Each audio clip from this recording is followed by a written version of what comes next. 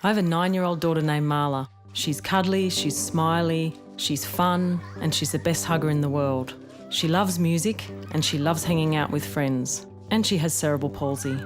Mala, what does inclusion mean to you?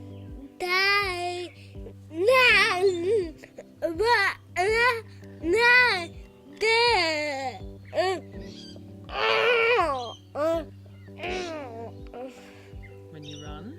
And how do you run? How do you run? Which ways do you run?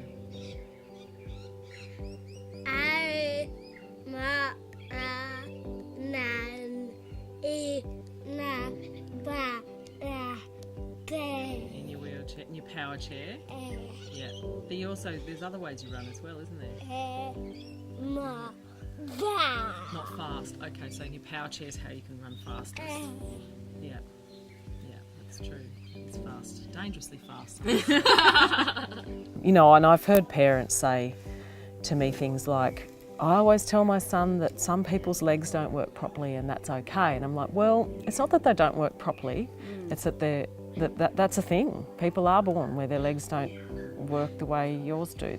And that's, you know, and that walking isn't just walking. Walking can be using a wheelchair or a stick or a power chair or whatever. That just to normalise the range of difference. Yes. And we've very much been fed a culture the last, 60 years in particular since television of what normal is. And normal's pretty much this white guy. For me, from when I was 3 to when I was 10, there was, I would say, I don't know, say in a class of, in my class there were children that were walking on a skate. They couldn't walk, so they were moving on a skateboard. And there was people who had hearing impairment. And there was people with different learning disabilities, and it was completely part of everybody's world. And I think, for me, that has set the basis for a different, like what I noticed in Australia is there's almost a segregation of, like, in terms of education. And I was so surprised. I didn't know it existed. It was completely different from what I experienced. And it was a bit shocking because,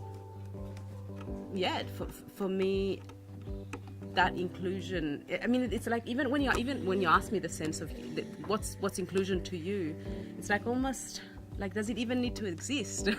Because it could be, if we were immersed in a culture where inclusion was happening, we wouldn't need to name it even. And for me, my schooling was like that. It was just, I've got curly hair, you can't hear. We find a way to play together. So, I don't know, it was like that. You two both have curly hair. We do.